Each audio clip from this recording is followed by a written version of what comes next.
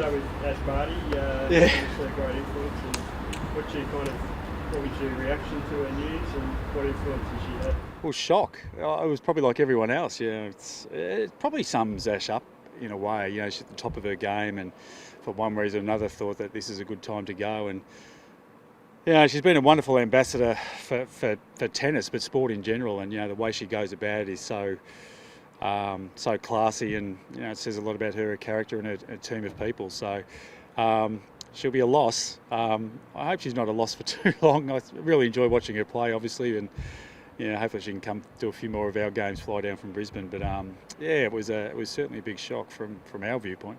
Is there a job for Tigerland? Might be coach if we don't start getting some wins on the board, but anyway.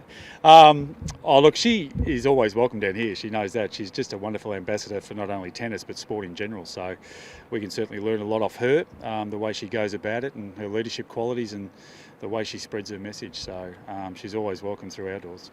I'm sure you've never started a press conference with 3 questions about a tennis player, but it's been suggested that maybe AFLW, she's crossed codes before. You maybe suggest to Peggy to give her a ring? Well, we did have a conversation. I think she was down here after we won one of the flags. I'm not too sure, because we sort of thought, it'd be good for actually to see her play, because she's just, whatever she takes her hand at, she does very well at. So I'd assume, from my point of view, she'd be an absolute star at playing AFL. So I'd love to see her in Tiger colours, and I'm sure the Richmond faithful would as well. What connection? The connection's been pretty unique. What influence did she have when you were out? Ash?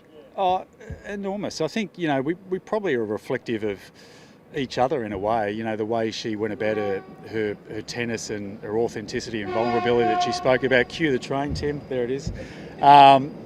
Speaks oodles of her, but it probably lent itself a little bit to what we're about as well. And, we can always learn off others, and, she's been a great ambassador for us also, and we're really, it'd be sad to see her lost to the game, really, but hopefully she's not too foreign to the Tigers. It's been a bit of a unique week for you both, hasn't it? It's been a long time since you've had to recover from a round 1 loss. Yeah. How has the week been? How have you addressed it? Yeah, it's been a long break as well, which we don't normally have, so it's been stewing on it for a lot longer. But look, it is good. You look at some things that we played really well for 2 quarters, and in the other 2 quarters we didn't play anywhere near as well. Funnily enough, Carlton was the same. They just defended a lot better in their 2 poorer quarters. So, we looked at some things that we didn't do particularly well. Our role execution wasn't to the level that it normally is. And the great thing about having a longer week, you can do some training and rectify some of those areas that you didn't perform to your very best on the weekend. So, look, it was welcome to have the break. Ideally, we would have loved to lose, but it's probably good to get a kick in the backside early, get those things sorted and make sure we're at our very best for this upcoming game versus GWS. Do you share the concerns about the midfield that others have expressed over the last few days? Oh, not really. Like, if you had a look at the form of Carlton coming in, they destroyed St Kilda's midfield, destroyed Melbourne's, and they destroyed ours as well. Their clearance numbers in the 3 games that they played have been through the roof. The worst thing as a coach, you hate getting beaten by what you know.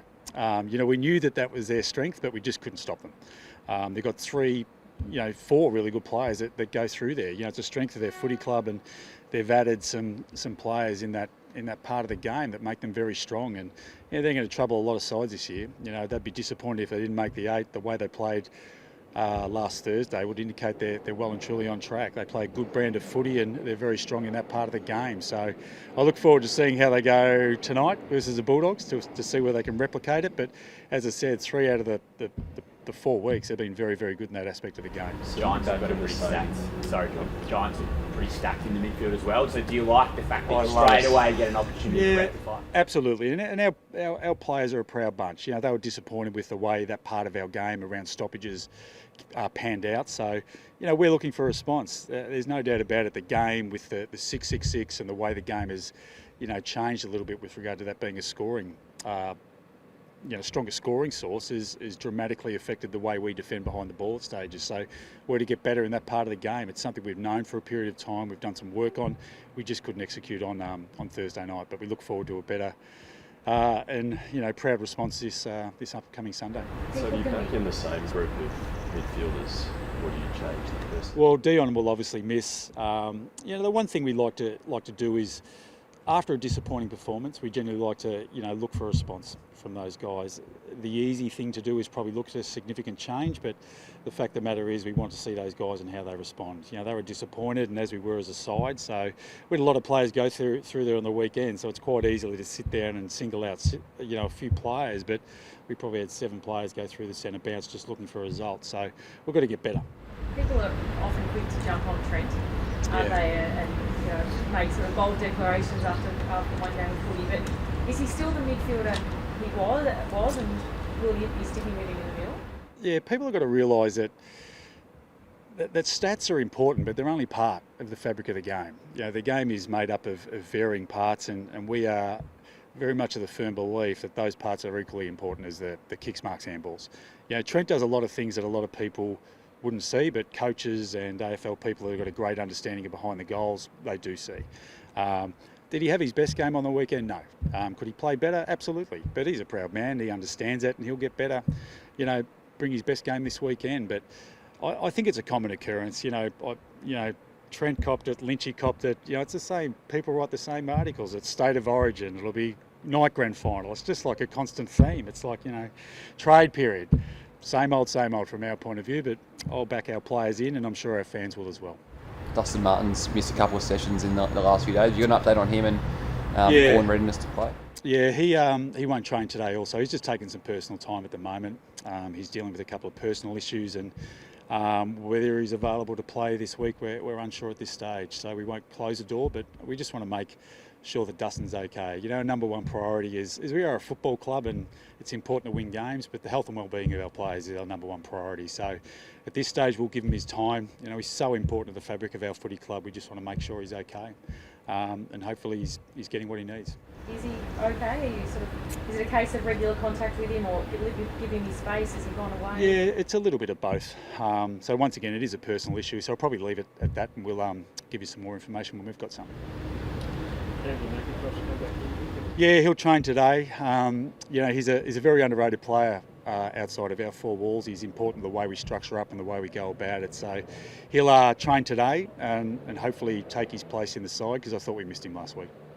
Last week, you gave away 8 50s. I think a few years ago, you sort of got the boys to change Trent Cotchin's kids' nappies. Is there a novel way you might look to address the 50s? Yeah, it's probably, we have been giving away meat trays, so if you gave away a 50, you've got to have a penalty, you bring in a meat tray and then we draw it out. But when you give away 8, I felt like I was Oprah giving away cars on her show. But yeah, so we went through an educational process. It's way too many. The discipline from a professional football club wasn't what it needed to be, and so we've changed our tact a little bit of that, taking a little bit more serious about, listen, these are the ramifications and these are the rules, understand them. There's going to be certain situations where you get caught out, but you certainly shouldn't get caught out 8 times. Have you decided who replaces Jack very well? Have we decided who? Look, it'll probably Noah will play more forward this week, but from a in and out point of view, probably not so much. We haven't as of yet. We've got our match committee this afternoon, so we'll have a good look at training. So he puts her hand up, there's a spot there available to play, and hopefully one of the boys trains really, really well and grabs it. You can give away 50s for various reasons. Were they all because of you correcting on back check to umpires? No, there was only one. That was the Jack Graham one. The other was just mark indiscretions, the delay, a couple of delay ones. So there was an assortment there, but it clearly wasn't good enough. To give up 400 metres of ground is diabolical, really, and led to 3 goals, and the game was decided by 4. So that's a challenge. No, I was just going to ask how did you interpret the ruling decision? Yeah, I'd probably side with the AFL on this one, which is a little bit confusing because they thought it should have been a suspension. I probably agree. You leave the ground and you take a player in the head, and regardless whether it's an accident, we sort of are understanding of the rules. So it's probably clouded my understanding a little bit how the AFL can feel one way and the tribunal another, and then the AFL says it's an incorrect decision but then doesn't challenge. So I'll leave that up to you guys to figure out. What about, just on that sort of similar line, we've had 2 senior coaches yesterday, Stuart this morning, say that they've actually instructed their players not to come now. Yeah. Is that the case for you? Well, It's hard to say not to bump because the players will be instinctive at various stages, but 80% of the time we prefer you to tackle, no question. There's going to be a stage where players will actually have to take out a body, but from a front-on point of view or jumping in the air, I think the players are pretty clear that if you make head-high contact, you take your career in your own hands, really. So we're pretty clear on what the rules are. Just named Shine Bolt probably a couple of days ago at training. Is he okay? Sorry, Shay. Yeah, he'll train a little bit reduced today, but he'll be fine to play. Just a management point of view, it's sometimes they wake up with things that aren't quite right, so we want to make sure he gets to 100% by game day. So he'll do the vast majority of training today, and then we'll take his place on Sunday. Just one other midfield, I won't go through the whole side, but Jack Graham looked a little bit underdone last week and played low minutes by his standards. Is he one of those players you're expecting a response from this week with a bit of extra continuity in his program? Yeah, I think so, and we ummed and ahed, but we sort of felt we needed another runner, and look, we didn't probably expect Dion to go out injured in the end of the first quarter, so sometimes you make calls and they can be, it's like you question yourself afterwards, but he'll be better for the run, no question. He did play limited game time last week, but he'll be full throttle this week. Like Josh Gibbs, Tom Brown used to have his potentially being ready-made for the AFL. How loudly has he been knocking on the door for selection? Yeah, well, he's done some really nice things at VFL level. Our VFL guys are a little bit disappointed last week, and Tom was probably one of those players we expected a little bit more of. So, look, he won't be too far away. We've got some really impressive young players at lower level. They probably just need to play a little bit better than last week's game. We didn't play too well there either. So they've got some work to do, but we're really encouraged by the signs that a lot of those young players have been showing. Thanks, guys.